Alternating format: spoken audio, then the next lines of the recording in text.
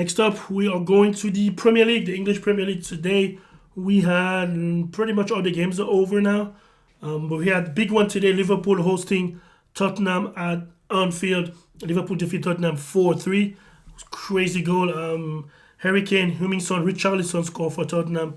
Curtis Jones, Luis Diaz is back on business. Mo Salah and Diego Jota for Liverpool. That was the game of the day. Also, Manchester City played today, but it wasn't the game of the day. But it is important because City is officially number one on the league table. We knew City were going to eventually be number one because they had two matches in hand on Arsenal. But today they officially surpassed Arsenal, and they still have one game in hand, so they still have one game to spare, and they are already 1 point ahead of Arsenal. So for the sake of the argument, you're going to say City's going to be 4 points clear of Arsenal if they win their game in hand. So that's a bummer for Arsenal, but nonetheless, Liverpool defeated Tottenham 4-1, like I said. And if we go back to yesterday matches, we had Crystal Palace and West Ham. A lot of goals this weekend in the Premier League, though. Like I said, Crystal Palace defeated West Ham 4-3. Also, Brighton defeated Wolverhampton. I did not see that coming. How can Wolves lose 6-0? I don't mind conceding 6 goals, but you got to score some goals. Brentford defeated Nottingham Forest 2-1 at home. Man United barely escaped thanks to Bruno Fernandes 1-0 against Aston Villa. Bournemouth defeated Leeds at home 4-1. Newcastle again keep racking point, winning again against Southampton 3-1. My boy Callum Wilson has 2 goals and Theo Walcott. The Ghost has a goal today. Fulham lost to Manchester City, like I said, 2-1. Erling Haaland and Julian Alvarez. Pep Guardiola must be very happy. His 2 strikers are scoring goals at the most important time of the season now. They've been scoring goals throughout the season, but for these 2 to score right now was kind of they're walking their way into the Champions League semi-final against Real Madrid. And it's always good to have the 2 strikers in form at this time of the year, because this is the time of the year that matters the most.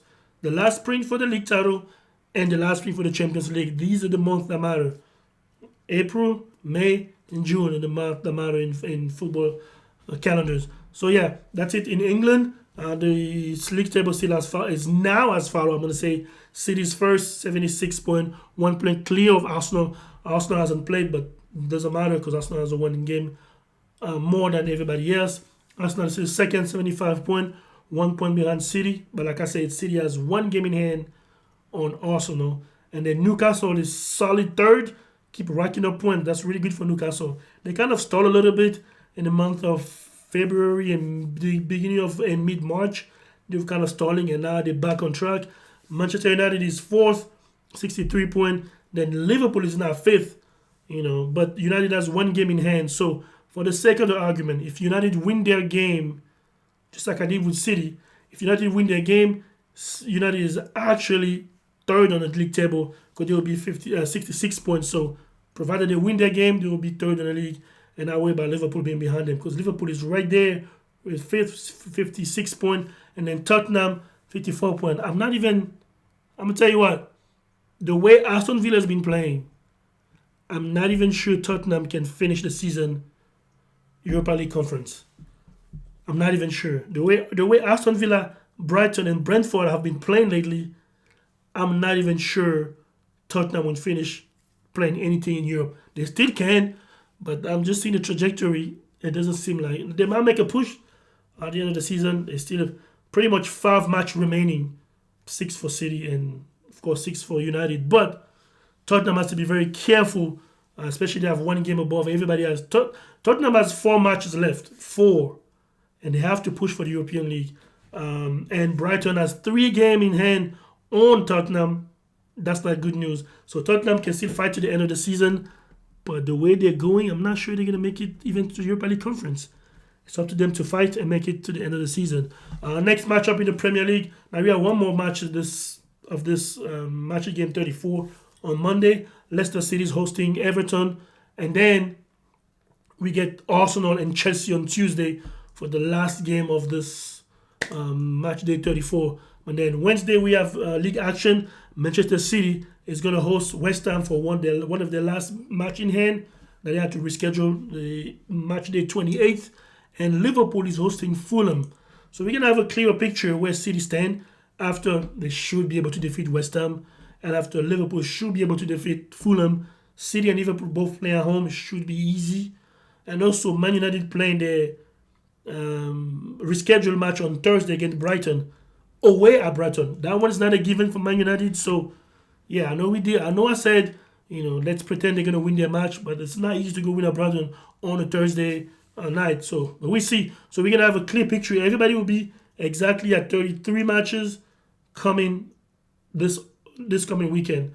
So that weekend we're gonna have Manchester City hosting Leeds United on Saturday, Bournemouth hosting Chelsea, Tottenham hosting Crystal Palace, Wolves hosting Aston Villa, Liverpool hosting Brentford. Again, not an easy game. Brentford is a team that give a lot of people a problem. And then Sunday, Newcastle Arsenal. That's another big one for the, I guess, top 3 spot. No, Arsenal still fighting for the title, but they gotta beat Newcastle. Arsenal has to defeat Chelsea on Tuesday and defeat Newcastle on Sunday. Those are not 2 easy games. Can Arsenal stomach and have the strength and the motivation and the will to win? Well, Chelsea, pretty much everybody's beating Chelsea. That's not really, that's not no big deal. But you don't want to be the team that can't beat Chelsea when everybody's beating Chelsea. You don't want to be that team that everybody is beating Chelsea, and you don't want to can beat Chelsea at home on your own turf. So it's a big rivalry up in London. Arsenal has to defeat Chelsea, and then on Sunday defeat Newcastle. So again, Arsenal is playing Tuesday against Chelsea, Sunday against Newcastle, and then on that same Sunday, West Ham is hosting Manchester United. So when Sunday, May 5th is finished, everybody will have the same number of matches, and there will be only 3 matches left in the Premier League. We're gonna see what everybody's made of then. That's it for the Premier League. Let's jump right in